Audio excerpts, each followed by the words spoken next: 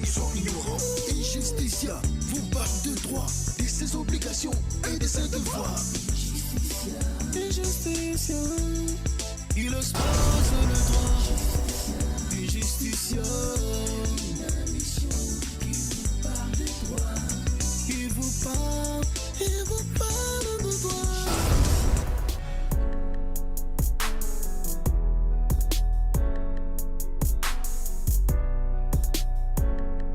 Injusticia, votre magazine qui vulgarise les principes essentiels de base du droit. Injusticia est désormais chez vous. Prenez rendez-vous avec Adams Malaika chaque mercredi à 19h sur DRTV International.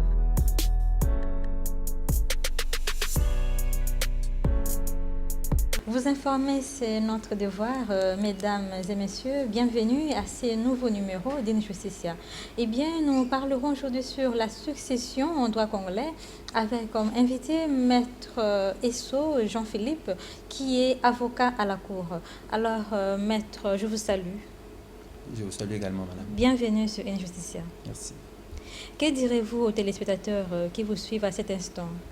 Bien, qu'est-ce que je pourrais dire aux téléspectateurs à cet instant? J'ai vu sur le générique, votre émission se base sur les principes et les règles élémentaires du droit. J'espère qu'à l'occasion de cette émission, sur le jeu de questions-réponses, ils vont s'informer sur les bases et les principes élémentaires de la succession.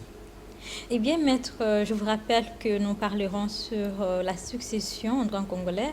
Alors, comment et que direz-vous par rapport à ces thèmes? Qu'est-ce qu'une succession, en fait? Bon, pour le commun des mortels, il faut définir simplement la succession comme étant l'ensemble du patrimoine, c'est-à-dire des biens laissés par une personne décédée à ses héritiers. Voilà la définition en termes clairs de la succession. Alors, comment expliquerez-vous la différence entre les droits patrimoniaux et les droits extra-patrimoniaux? Est-ce qu'il y a-t-il une différence entre les deux droits? Oui, il y a une différence entre les deux droits. Les droits patrimoniaux, c'est des droits qui sont susceptibles d'une évaluation pécuniaire. C'est-à-dire qu'on peut évaluer, je peux prendre l'exemple du droit immobilier. On peut évaluer un bien immobilier, une maison, on peut l'évaluer. Mais les droits extra-patrimoniaux, c'est par exemple le droit à l'intégrité physique plutôt, le droit à la dignité, le droit d'auteur, qui ne peut pas être évalué d'une manière pécuniaire. Et ces droits-là, quand on les viole, la conséquence, c'est le paiement des dommages et intérêts. Voilà la définition. En résumé, ce que je peux faire de... Voilà, par rapport à notre thème du jour, qui est la succession, j'aimerais savoir comment s'effectue l'ouverture de la succession. Bien, l'ouverture de la succession se fait, d'après la loi, notamment l'article 452, alinéa 1er du Code de la famille. La succession s'ouvre à la mort et par déclaration judiciaire du décédé en cas d'absence ou de disparition. Donc, il y a 3 cas. Il y a en cas de décès. Le décès doit être constaté par un acte de décès délivré par l'officier d'état civil. Une personne décédée, la preuve du décès, ce n'est pas son corps, c'est juridiquement l'acte de décès délivré par l'officier d'état civil qui atteste que cette personne est décédée à telle date. Maintenant, la question du disparu ou de l'absent. L'absent est défini par toujours l'article 108, le Code de la famille, notamment son article 108. L'absent, c'est une personne dont le manque de nouvelles rend l'existence incertaine. Par exemple, une personne qui est partie en aventure, on n'a pas de ses nouvelles. Depuis au moins plus d'une année, on peut considérer que c'est un absent. Sa succession peut s'ouvrir. Il y a des mécanismes au niveau du droit. En ce qui concerne les disparus, les absents, il faut une déclaration, une requête de déclaration d'absence, et on ordonne une enquête pendant une année. après, il y a une décision de présomption d'absence. Et ensuite, après 2 ans, il y a un jugement de déclaration d'absence. Et plutôt 10 ans plus tard, la déclaration de décès. Donc, ce n'est qu'après ça que cette personne, sa succession peut s'ouvrir. Bon, en ce qui concerne un disparu, par exemple, il peut avoir un crash d'avion. Cette personne est disparue parce que la disparition est définie comme, le disparu est défini comme une personne dont l'absence s'est produite dans des circonstances mettant sa vie en danger sans que son corps ait pu être retrouvé. Donc, une personne qui est morte, crash d'avion par exemple, on n'a pas retrouvé son corps, il est considéré comme un disparu. On peut ouvrir sa succession. Voilà les 3 cas qui est prévu par la loi. Maître, y a-t-il des conditions pour accéder à une succession? Oui, pour accéder à une succession, il y a des conditions qui sont prévues par l'article 458 du Code de la famille. Cet article dit simplement que ne peut succéder que les personnes dont l'existence est certaine au moment de l'ouverture de la succession. Si on reste sur cet alinéa, ne peut succéder que les personnes dont l'existence est certaine au moment de l'ouverture de la succession. Ce qui veut dire même un héritier qui est absent, c'est-à-dire qu'on n'a pas de ses nouvelles depuis au moins une année. Cette personne ne peut pas succéder parce que son existence est incertaine. Donc, au moment du partage des biens du défunt, on ne tiendra pas compte de lui. Parce que son existence est incertaine. La loi dit qu'il faut que l'existence soit certaine. La loi continue en disant que l'enfant, dès qu'il est conçu, peut succéder s'il naît vivant. Il faut qu'il soit conçu et né vivant. Parce qu'un enfant peut naître après le décès de son père.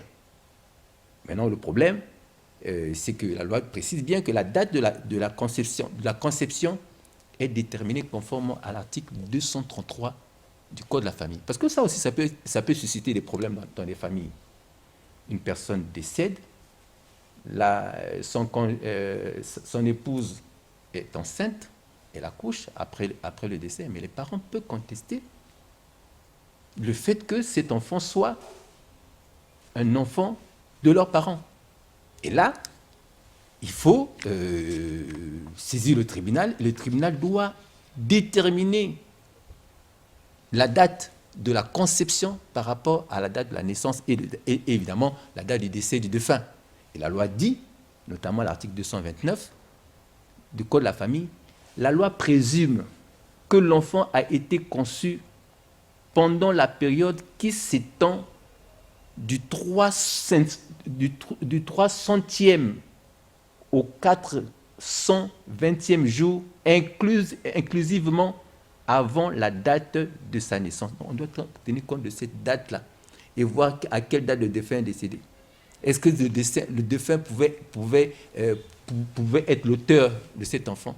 Voilà des questions que peuvent susciter les successions. Qui peut hériter? Et éventuellement l'examen de l'ADN.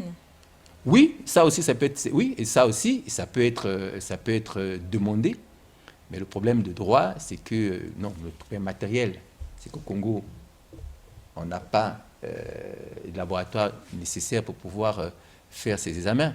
On est obligé de faire des prélèvements et envoyer en Europe ou en Afrique du Sud. Voilà, maître, y a-t-il une différence entre la donation, la succession et la libéralité? Oui, la donation, c'est une forme de libéralité.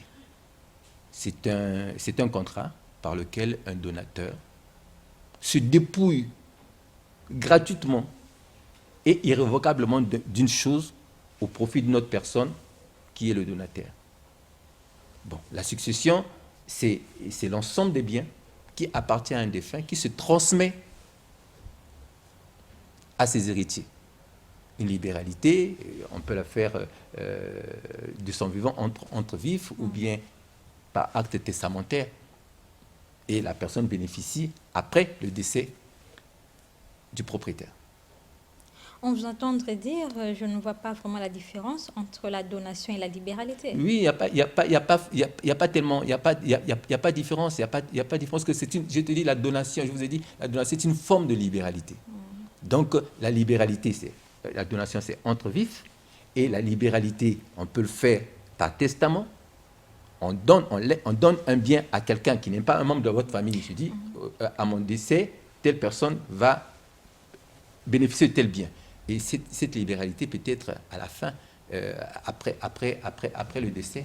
Quand vous dites que la donation, c'est entre vifs, c'est-à-dire quoi finalement? C'est-à-dire entre personnes vivantes. La donation ne peut pas être l'effet d'une personne morte et d'une personne vivante. Voilà ce que ça veut dire entre vifs. Quelles sont alors les conditions pour l'existence de la libéralité? Bon, c'est un contrat, il faut qu'il y ait évidemment un consentement. Il faut que la personne qui donne son bien donne son consentement. Il faut qu'il ait la capacité de pouvoir le faire. Il faut qu'il y ait l'objet, le bien pour lequel on donne, et la cause. La cause doit être licite aussi. Voilà, alors, quels sont le vice qui prévoit la loi par rapport au vice de consentement en cette matière? Bon, en cette matière, les vices de consentement, c'est les vices ordinaires des contrats. Il y a l'erreur, le dol et la violence. Bon, l'erreur, c'est une fausse représentation de l'existence d'un fait ou de la qualité d'une chose. Donc, on peut se tromper même sur la personne à qui on fait une donation. On se dit, bon, je fais telle donation à telle personne parce que j'estime que telle personne a une telle conduite. On peut se tromper sur la personne. Ou encore sur le bien. On croit faire une donation d'un bijou en or, alors que ce n'est pas de l'or, c'est du cuivre. C'est une erreur. Voilà un vice de consentement, un vice du contrat. Bon, le dol aussi, on peut utiliser des manœuvres ou des mensonges pour dissimuler la véritable intention. Donc, on trompe l'autre.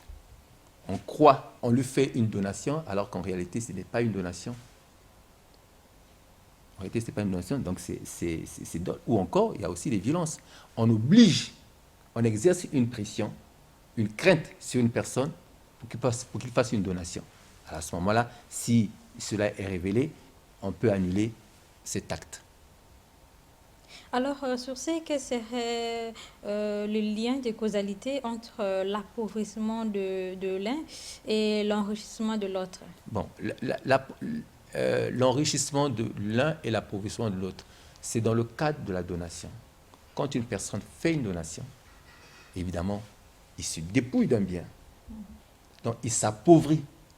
Et la personne qui reçoit ce bien, évidemment, s'enrichit. Donc, son patrimoine s'accroît. Voilà un peu le lien de causalité entre l'enrichissement et la donation. L'enrichissement et l'appauvrissement. Injusticia. Et voilà, Injustice, on continue toujours sur notre thème du jour, la succession en droit congolais, avec invité Maître Esso Jean-Philippe, qui est avocat à la Cour. Alors, Maître Esso, quelles seraient les espèces de libéralité dont notre droit connaît? Bon, tout à l'heure, je vous ai parlé des libéralités entre vifs et des libéralités testamentaires. Entre vifs, c'est une personne, c'est entre deux personnes vivantes. Il fait un don à quelqu'un qui est vivant. C'est un contrat. Mais libéralité testamentaire, même le bénéficiaire, quelquefois, il n'est pas au courant qu'on lui a fait une libéralité. Et dans le testament, il donne tel bien à telle personne. Ça peut être une personne qui l'a aidé pendant ces moments difficiles de maladie. Il lui fait une libéralité. Voilà les deux formes de libéralité. La transmission du patrimoine d'une personne décédée peut s'opérer de combien de manières? Bon, la transmission d'une personne décédée peut s'opérer de deux manières, de deux voies. La voie légale et la voie testamentaire.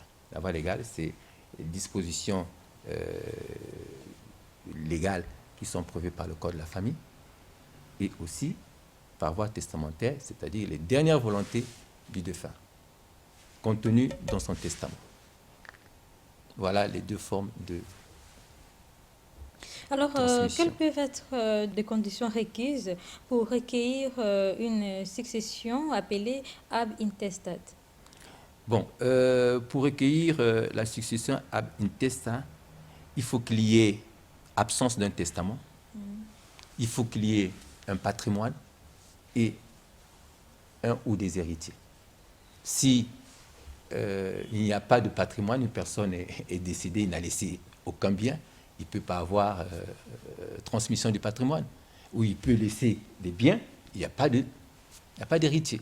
Donc c'est pourquoi il faut qu'il y ait ces trois conditions. Il faut qu'il y ait absence de testament, il faut qu'il y ait un patrimoine, et il faut qu'il y ait des héritiers. Voilà, comment expliquerez-vous le mot indignité? Qu'est-ce qu'une indignité? L'indignité, c'est une déchéance qui frappe un héritier par rapport à son comportement ou à ses agissements à l'égard du décus ou de ses proches. Donc, cette personne ne mérite pas, par rapport à son comportement, ne mérite pas de succéder, d'hériter les biens du défunt. Quels peuvent être ces comportements? Bon, ces comportements sont prévus par la loi, notamment l'article 459 du Code de la famille. Si vous permettez que je puisse les lire, parce que c'est important, oui. Il faut que vos téléspectateurs sachent exactement dans quel cas on peut être indigne de succéder. Cet article dit ceci. Est indigne de recueillir la succession du décueus, premièrement, celui qui a été condamné pour avoir intentionnellement causé la mort du décueus ou celle d'un descendant, d'un ascendant ou du conjoint du décueus, c'est-à-dire une personne qui a tué le défunt ou un de ses enfants ou un de ses pères et mères ou bien son décueus. Il ne mérite pas d'hériter les biens du défunt. Deuxièmement, celui qui a attenté à la vie d'une de ces personnes, c'est-à-dire les personnes citées ici haut, notamment les descendants, les ascendants, les conjoints survivants. Troisième point, celui qui a été condamné pour dénonciation calomnieuse ou faux témoignage, lorsque cette dénonciation calomnieuse ou faux témoignage risquerait d'entraîner à l'encontre de d'une de ces personnes une condamnation correctionnelle ou criminelle. L'une de ces personnes, c'est toujours les proches, le défunt ou les proches du défunt.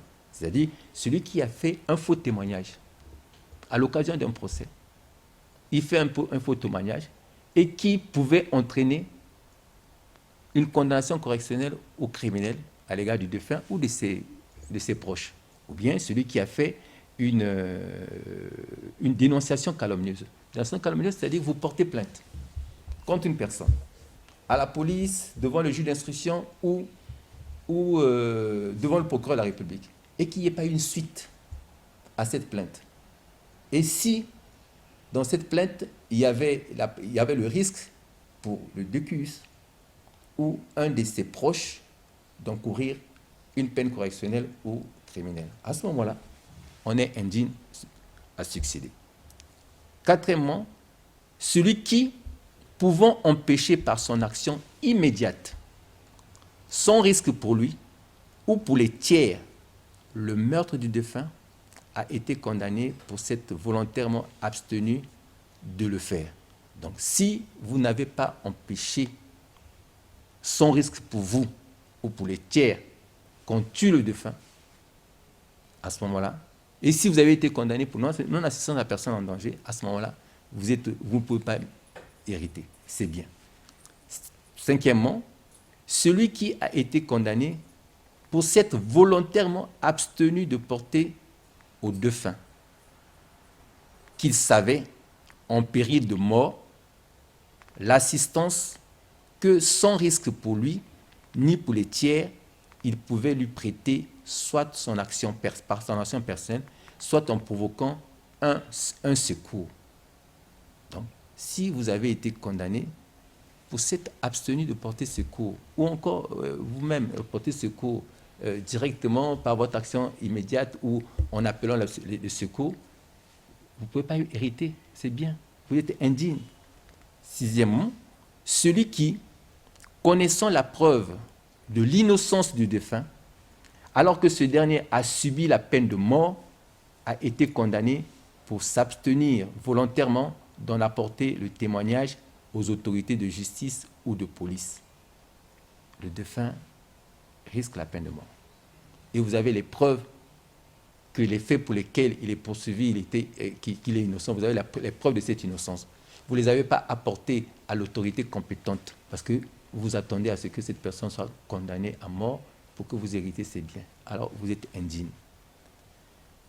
Septièmement, celui qui, par son action intentionnelle, a empêché la libre déclaration de la volonté du défunt ou sa mise en œuvre ou qui a tenté d'accomplir un de ses actes.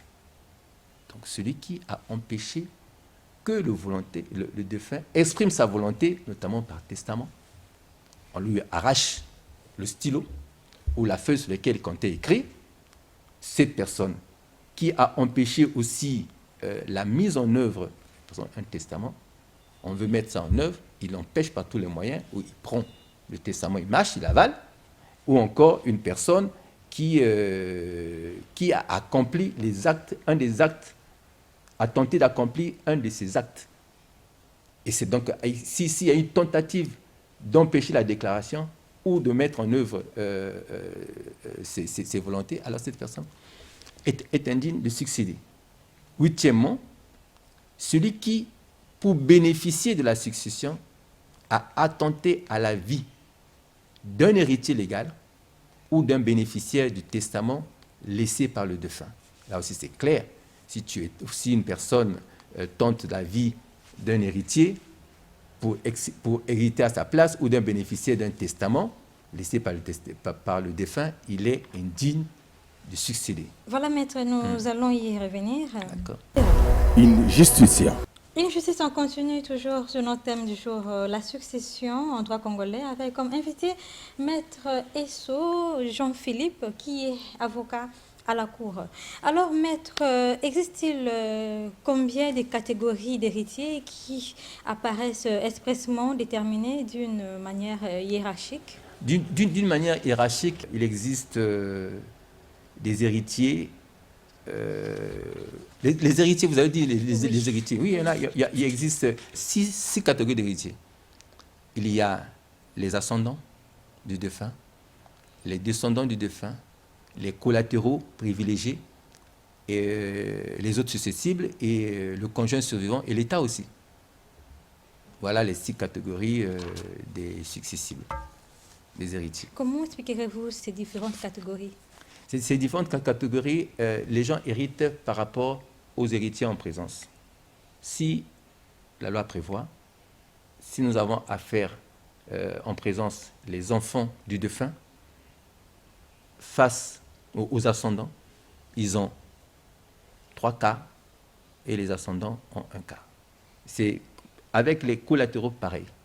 Mais par exemple, si il y a les autres successifs, ils viennent en représentation. C'est une fiction juridique. Il y a un enfant du défunt qui est décédé, qui a laissé les enfants.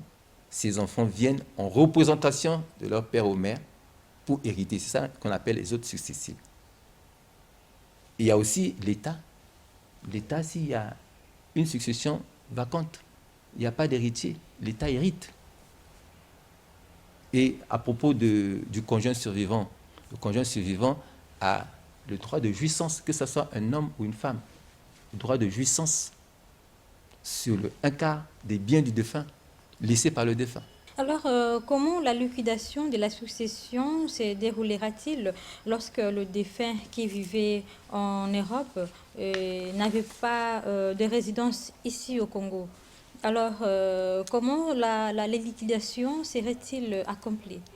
Bon, la liquidation est ouverte au lieu du dernier domicile du défunt. S'il résidait en Europe, ça va s'ouvrir en Europe. Ça va s'ouvrir en Europe. S'il avait des biens en Europe, évidemment... Mais au cas où les héritiers n'ont pas les billets pour aller en Europe? Ils constituent avocat en Europe, ils constituent avocat. Et l'avocat va engager les procédures en leur nom. Et une décision va être rendue, on va désigner un notaire qui va liquider la succession et qui va leur rendre compte. Maître, nous savons tous que pour avoir un avocat, ce n'est pas facile. Vous demandez beaucoup d'argent. Beaucoup d'argent, ça veut dire quoi? En français, facile. Ça dépend. Vous savez, l'article 62 de la loi portant organisation de la profession d'avocat fixe les critères de fixation des honoraires. Donc, c'est aussi en fonction des ressources du client. Voilà un des critères. Pour la même affaire, un ministre du gouvernement de la République du Congo vient me constituer. Pour la même affaire, qui a la même nature. Et un enseignant du lycée vient me constituer pour la même affaire. Les honoraires ne sont pas les mêmes, ils n'ont pas les mêmes moyens. Les ministres gagnent beaucoup plus que les professeurs, donc les honoraires ne seront pas pareils. Pourtant, c'est la même affaire. Donc, je demanderais plus d'argent au ministre qu'à ce monsieur. Le ministre dirait quoi? Que les avocats coûtent cher? Non, c'est par rapport à ses moyens, par rapport à ses revenus. Ok, Maître Esso, est-ce qu'il y a-t-il une différence entre l'acceptation et la rénonciation? Oui, l'acceptation, c'est le fait d'accepter, de recueillir la succession du défunt. Et quand vous acceptez, on peut faire une acceptation avec inventaire pour savoir quelles sont les dettes. Parce que quand on accepte une succession, on accepte et l'actif et le passif. Et la rénonciation, c'est le refus. Un héritier peut se dire, moi, je n'hérite pas ces biens. Les biens de mon père ou de mon frère, je n'hérite pas. Parce que pour plusieurs raisons, ça peut dire parce qu'il y a des faits, il y a plutôt des dettes, ou bien parce que je ne veux pas m'embrouiller avec les autres successifs, ou bien j'ai conçu mon patrimoine, je n'ai rien à voir avec le patrimoine du défunt. Et on renonce à la succession. Et cette renonciation se fait par déclaration devant le greffe, au greffe du tribunal d'instance du lieu d'ouverture de la succession. Il n'y a pas une autre forme de renonciation. Ce n'est qu'une déclaration devant ce greffe. Est-ce que la loi prévoit un délai et des conditions par rapport à la renonciation successorale? Oui, la loi prévoit un délai par rapport à la renonciation successorale. Le délai est prévu par l'article 508 du Code de la famille. Je peux me permettre de vous le lire. L'article dit « Si le successible n'a pas été poursuivi et n'a pas pris parti dans un délai de 5 ans, à compter du jour où il a eu connaissance de ses droits successoraux, sa faculté d'opter est prescrite et il lui est réputé avoir renoncé à la succession. » Donc, le délai de prescription est de 5 ans. C'est prévu par la loi. Mais c'est aussi possible qu'il y ait la rétractation de la rénonciation? Oui. La rétractation de la rénonciation aussi est prévue par les dispositions de l'article 538 du Code de la famille, qui prévoit la possibilité de la rétractation, de la rénonciation. Cet article, le législateur a prévu en disant que tant que le délai prévu à l'article 508 que je viens de citer du Code n'est pas écoulé, l'héritier qui a renoncé conserve la faculté d'accepter encore la succession si elle n'a pas déjà encore été acceptée par d'autres ou n'a pas été dévolue à un autre héritier par voie d'accroissement, tout sans préjudice des droits qui peuvent être acquis à des tiers sur les biens de la succession. Voilà ce que le législateur a prévu en ce qui concerne la rétractation de la renonciation. In Justitia. Voilà, In Justitia, on continue toujours sur notre thème du jour, la succession en droit congolais, avec comme invité Maître Esso Jean-Philippe, qui est avocat à la Cour. Alors, Maître Esso, quels sont les principes fondamentaux qui gouvernent la réserve au moment de la vente d'un immeuble? Bien, au moment de la vente d'un immeuble, il y a deux principes qui gouvernent la réserve. Il y a la condition suspensive et la condition résolutoire. La condition suspensive ou la condition résolutoire, consiste à assurer le transfert de la propriété qu'au paiement.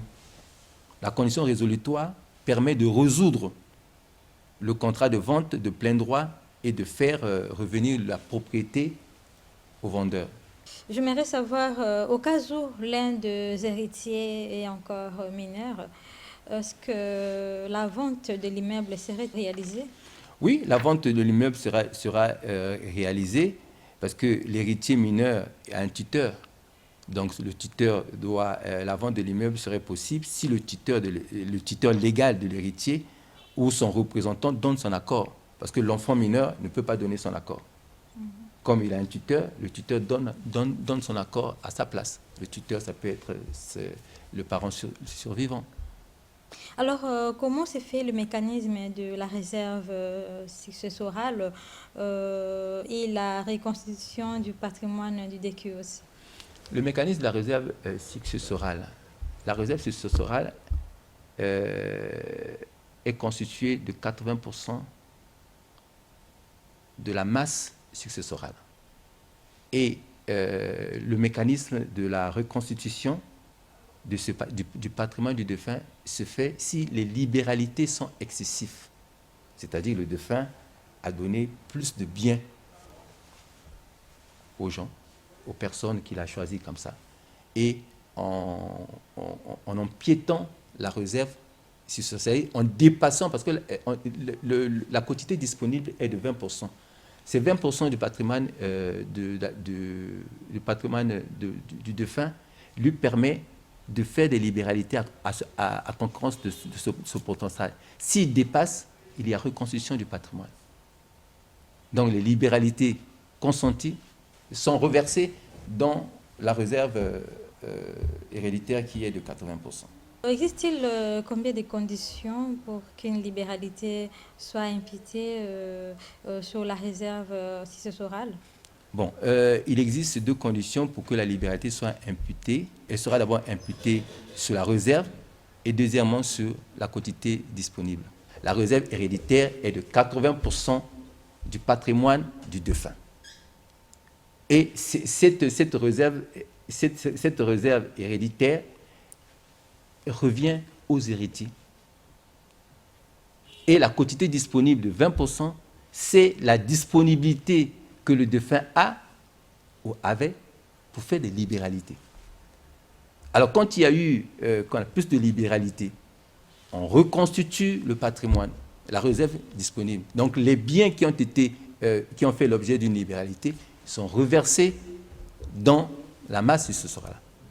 In Justitia. Voilà, maître, nous tendons pratiquement vers la fin de In Justitia. Quel serait votre résumé en lingala? Bon, résumé en lingala, qu'est-ce que je dirais? Je dirais simplement que bateau yo baza kolanda biso, makambo ya succession ezali makamoko tomona mingi na mboka na biso et makambo pe ba porter comme na tribunal. Bato mususu bana droit ya ko hériter ba bien ya parents na bango, mais quelquefois tomoni mingi ba kokaka ko salaka démarche té parce que ba banga bandoki. Mais alors qu'ils ont le droit na ko sala action pour récupérer ba bien. Tout le monde a mis dans la famille mutakufi ba parents ba écarté moi si na bana ba s'accaparer na bien et moi si na bana pourtant moi si quelquefois a marié sous le régime de la communauté des biens et là même ses droits et se réserve et se résigne à ça la action té parce qu'on a bon bali à bana les enfants aussi ils ont peur parce que banoko bala mandoki et du coup ils n'exercent pas leurs droits. C'est pourquoi émission yo est très important pour que les bateaux la population baye droit na bango. Et puis aussi j'espère que beaucoup organiser aussi émission sur le mariage parce que beaucoup des gens va marier surtout va marier sous le régime de la communauté des biens. Et au moment où le mari meurt, va priver de tous les biens. Alors que dans na bien mobali a 50% yayi. Va liquider dans une communauté, il y a des biens, il y a époux. Maintenant c'est à 50% ya par naïe. 50% au etikali wana yali banana famille à moi na mobali ba ko hériter ango. Mais il y a bien, il y a mobali à la droit, il y a usufruit un quart, il y a usufruit pour utiliser toute sa vie. Donc c'est pourquoi l'émission c'est très important pour que la population va informer na droit na bango. Voilà quelques mots au Nakoko Koloba à l'occasion de l'émission de Lingala. Merci maître. Comment traduirez-vous les mots décueus? Le décueus, c'est le défunt, l'auteur de la succession. Je vous remercie d'avoir répondu à mon invitation. Merci madame. Injusticia. Et voilà, c'est déjà la fin de cette émission. Nous avons eu à parler sur la succession en droit congolais avec comme invité Maître Esso Jean-Philippe qui est avocat à la Cour. Alors, je remercie toute mon équipe technique qui m'ont soutenu jusqu'à cet instant. Et moi, la vôtre Adams Malaika, je vous retrouve au prochain numéro. Ciao.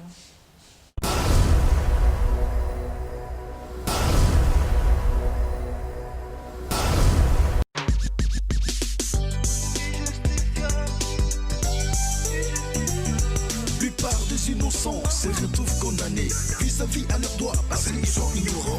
Injusticia vous parle de droits, de ses obligations et de ses devoirs. Injusticia, il expose le droit. Injusticia, une mission qui vous parle de droits. Il vous parle de droits.